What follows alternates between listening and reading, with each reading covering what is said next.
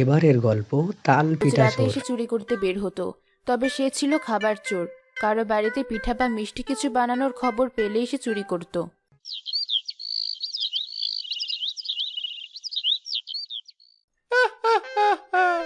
অন্যের জিনিস চুরি করে খাওয়ার কত সুবিধা।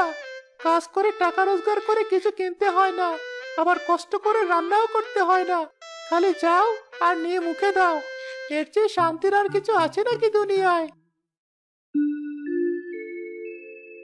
কিরে শামিম, খাবার সামনে নিয়ে এভাবে বসে আছিস কেন না খেয়ে? তোকে নিয়ে এভাবে কতক্ষণ বসে থাকবো আমি? আমার কি আর কাজ নেই? মা, রোজ রোজ এসব খেতে আর ভালো লাগে না। আমাদের তাল গাছে তো এবার বেশ কিছু তাল হয়েছে। আমাকে কিছু তালের বড়া বানিয়ে দাও না, খেয়ে একটু মুখটাকে শান্তি দেই।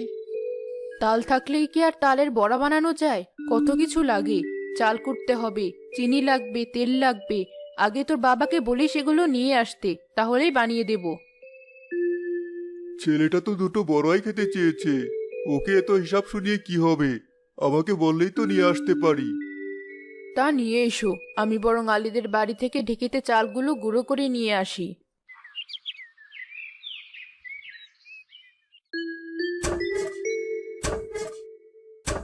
ভাবি, আজ হঠাৎ চাল গুঁড়ো করতে এলে যে? বাড়িতে কি কোনো কুটুম আসবে? না, কোনো কুটুম আসবে না। আমার ছেলে আজ নিজের স্বাদ করে তালের বড়া খেতে চেয়েছে। মা হয়ে কি করে ছেলের আবদার না রাখি? তাই তোমার ভাইকে বাজারের ফর্দ হাতে ধরিয়ে দিয়ে নিজে এসেছি চাল গুঁড়ো করতে।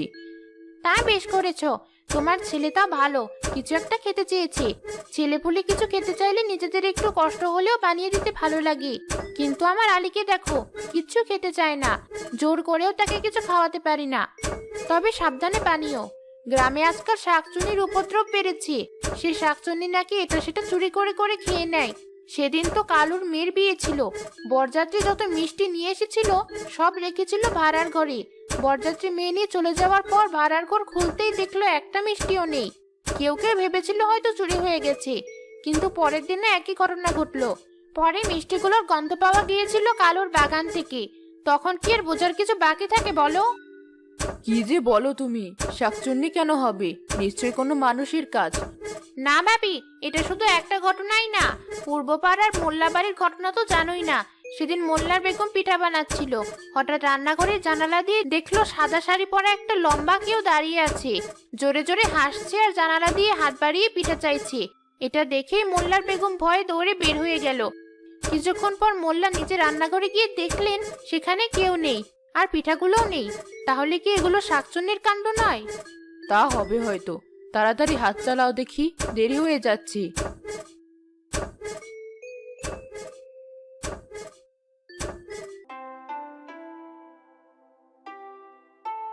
যা যা বলেছিলাম সব এনেছো তো? হ্যাঁ, এনেছি। দেখে নাও সব ঠিক আছে কিনা। শুনলাম গ্রামের নাকি শাকচুন্নি বেরিয়েছে। কারো বাড়িতে ভালো মন্দ কোনো খাবার কিছু আর থাকছে না, সবাই শাকচুন্নি খেয়ে ফেলছে। হ্যাঁ, আমিও তো বাজার থেকে শুনে এলাম, তবে সত্যি কিনা জানি না। তবে কি করা যায় বলো তো? কি আর করবে, তুমি রান্না করে বড়া বানাবে, আর আমরা তোমার পাশে বসে থাকবো। তাহলে নিশ্চয়ই শাকচুনি আসার সাহস পাবে না। যত বুদ্ধি করো না কেন, কোনো কাজ হবে না। বাজারে যখন এটা সেটা কিনতে দেখেছি তখনই বুঝেছি। তাই তো আপনি পিছন পিছন বাড়ি পর্যন্ত চলে এসেছি। এই ঘরের পিছনে এভাবে লুকিয়ে থাকবো, আর সুযোগ বুঝেই সব পিঠে হাওয়া করে দেব। কেউ কিছু টের পাবে না।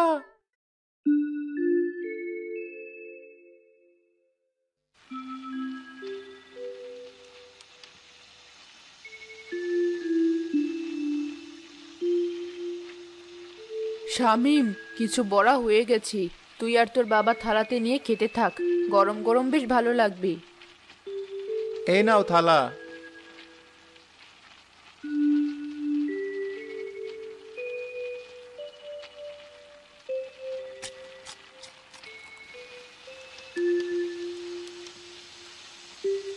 খেতে কিন্তু বেশ ভালো হয়েছে, তাই না শামিম? হ্যাঁ বাবা, খুব মজা হয়েছে খেতে। বলে কি, খুব নাকি মজা হয়েছে? আমার তো আর তর হচ্ছে না। কখন যে চুরি করে সব আমার পেটে চালান করতে পারবো। আচ্ছা বাবা, সবাই যে বলছে শাকচুন্নি বের হয়েছে, তাহলে কই? আমাদের বাড়িতে এখনো এলো না তো? নিশ্চয়ই গুজব, তাই না বলো? কি শুরু করলি শামিম? শান্তি মতো খাচ্ছিস বলে কি ভালো লাগছে না? এই সময় ওসব কথা কেন তুলছিস? এমনিতেই তেলে ভাজা জিনিস, তারপর এমন কথা বলছিস? চুপ কর বলছি এখনই। কি হচ্ছে এখানে? তালের বড়ার গন্ধ পাচ্ছি যে। ওমা, সে সত্যি চলে এলো নাকি? এবার কি হবে? এই চুপ কর, একদম কথা বলবি না, চিৎকার করবি না। চিৎকার চেঁচামেচি আমার একদম পছন্দ না। ভালোভাবে বলছি, এই বড়াগুলো আমায় দিয়ে দে, নইলে এক্ষুনি সবার ঘাড় মটকে ওই তেলে ভেজে খেয়ে নেবো। শামীমের মা, শাকচুনির সাথে লড়াই করে পারবো না আমরা।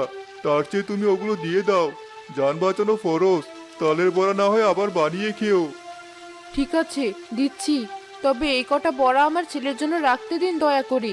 ও বড় শখ করেই বড়া খেতে চেয়েছে। ছেলেটা আমার একটাও খেতে না পেলে আমি বড় কষ্ট পাবো। বেশ, একটা রাখ, আর কিছুদিন পর পর তালে পিঠা বানাবি, বুঝলি? গ্রামে যে সত্যি শাকচুনি বেরিয়েছে, এটা এখন সবাই বিশ্বাস করে। আরে, কে কোথায় গেলে? খাবার দাবারের আয়োজনগুলো কেউ করে ফেল। কত কাজ, সব এদিক ওদিক পড়ে আছে। আমি একা হাতের কটা করব? ভাই, দিনকাল ভালো না। আর গ্রামে খাবার নিয়ে যে ঘটনাগুলো ঘটছে, কখন না জানি কি অঘটন ঘটে। সে তো জানি, তারপরও দেখাশোনা তো করতে হবে। তুই একটু ভাড়ার ঘরটা দেখে আয় তো।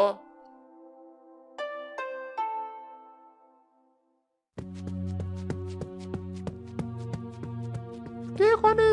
কথা বলছো না কেন? এই, কে তুমি? কি করছো এখানে? রে, কি হয়েছে? ভাই, এই তো, এখানে আমি কোনো একজনকে দেখেছি, কিন্তু কে ছিল সেটা বুঝতে পারিনি। তোমার কথার উত্তর দিতে দিতে দেখি কেউ নেই। এই ঘরে নিশ্চিত কেউ ঢুকেছিল, আমি নিজের চোখে দেখেছি। কি দেখেছিস তা ঠিক আছে নাকি? তোর মনে হয় কাজের চাপ একটু বেশি পড়েছে, তাই এমন হচ্ছে। বসে একটু জিরিয়ে নে আগে। তুমি বিশ্বাস করো ভাই, আমি দেখেছি। তাহলে কি সেই শাকচুন্নিটা এসেছিল? না না, কোনো শাকচুনি না। এটা যে মানুষ, এটা আমি নিশ্চিত। আমার মনে হয় ওপাশের জানালা দিয়ে লাফ দিয়ে পালিয়ে গেছে। চলে যখন গিয়েছে, তাহলে আর বলে কি হবে? এবার একটা ব্যবস্থা করতে হবে দেখছি। মা, তাল তো ফুরিয়ে এলো। একটা দিনও তালে পিঠা বানালে না। একদিন একটু বানিয়ে দাও না মা, একটু খাই। না না, ওসব আমি পারবো না। চারদিকে যা সব হচ্ছে, এর মধ্যে ওসব ঝামেলা আমি পোহাতে পারবো না। ছেলেটা আমার কতদিন কিছু খেতে চায় না। তুমি আর না করো না তো, তুমি ওকে পিঠা বানিয়ে দাও। মরবে তাও খাওয়ার শখ যাবে না। বেশ, বানাবো তাহলে। কি করছো খোকা? পড়তে বসেছি, দেখতে পাচ্ছ না? তোমার মা কি বানাবে তোমাদের জন্য? পিঠা বানাবে। তুমি কাউকে বলো না, না হলে ওই শাকচুনি চলে আসবে। উপরের দিকে একটু তাকাও দেখি খোকা। ভূত! মা, বাঁচাও! কি হয়েছে? পিঠা দে। এখন আমি কি করব? কে আছো? বাঁচাও আমাদের। কি আর করবি? পিঠা দে, নইলে এখনই তোরা তোর ছেলের ঘাড় মটকে হালুয়া বানিয়ে খেয়ে ফেলবো। তাড়াতাড়ি দে বলছি। না না, আমাদের মেরো না, সব পিঠা নিয়ে যাও তুমি।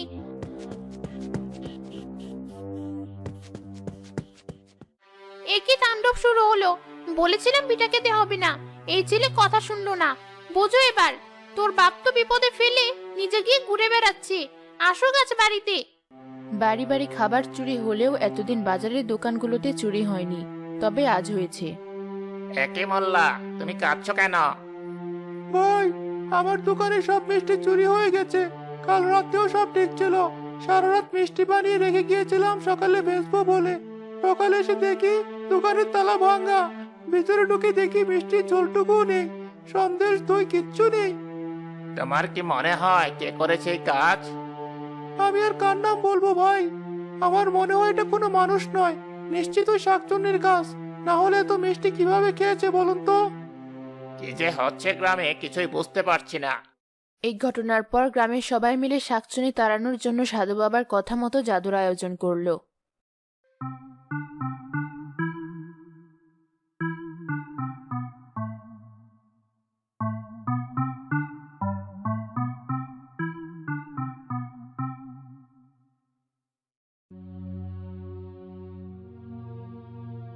এ কি, জাদুর আয়োজনের মিষ্টিগুলো কোথায় গেল? তাই তো ভাবি, একটু আগে তো আমি নিজে এখানে রেখে গিয়েছিলাম। এসব কি হচ্ছে বলো তো? শেষে কিনা জাদুর আয়োজনের থালায়ও হাত পড়লো। শাকচুনি তাড়াতে জাদুর আয়োজন, আর সেই জিনিস শাকচুনি চুরি করে নিল। কি সর্বনাশী কাণ্ড! এই শাকচুন্নি কি তবে আমরা তাড়াতে পারবো না? সারা জীবন কি শাকচুনির কারণে আমাদের খাওয়া বন্ধ হয়ে যাবে? খালি পান্তা ভাত খেয়ে থাকতে হবে? তবে তোমরা যাই বলো, এ কোনো শাকচুনি নয়। আমি এটা কেন জানি বিশ্বাস করতে পারছি না। আমি এবার বুঝেছি, এ আমাদের গ্রামেরই কেউ করছে। যেই হোক না কেন, আমি তাকে খুঁজে বের করবই।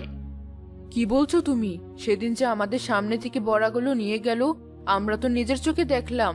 কি ভয়ঙ্কর তার কণ্ঠ, কি বিশ্রী তার হাসি! অমন কোনো মানুষ হয় নাকি? হয়তো অমনটা সেজে এসেছিল। শাকচুন্নি হলে তো তার দোকানের তালা ভাঙতে হতো না। আর ওভাবে অনেকেই কথা বলতে পারে। তবে এবার আমি অন্য ফোন দিয়ে আটবো। এসবের পর কেটে গেছে বেশ কিছুদিন। পৌষ মাসে সবাই অনেক রকম পিঠা বানায়। আরিফদের বাড়িতে পিঠার অনুষ্ঠান হয়, নিমন্ত্রণ থাকে সবার, কালুরও। সবাই সেখানে মন ভরে পিঠা খায়। খেলাম তো ভালোই, কিন্তু সাথে কিছু না নিলে কি আর চলে? চুপ করে কিছু পিঠা চুরি করে নিয়ে চলে যায়, পরে বাড়িতে বসে বসে খাওয়া যাবে। চালু অমন করে কি করছে? এ কি, এ তো দেখছি পিঠা চুরি করছে। থাক, এখন আর ওকে কিছু বলবো না। বেশ রাত হয়ে গেল খেতে খেতে। খেয়েছি, আবার চুরিও করা হয়েছে। এবার বাড়ি চলে যাই। কে ওখানে? কে শব্দ করছো এইভাবে? পিঠাগুলো দিয়ে যা, পিঠাগুলো দিয়ে যা কালু, আমার অনেক খিদে। পিঠাগুলো দিয়ে যা। কে? কে তুমি? আমাকে ভয় দেখে লাভ নেই। তোমার মতো এই কাজ আমিও করি, বুঝলে? কতবারের পিঠা চুরি করলাম।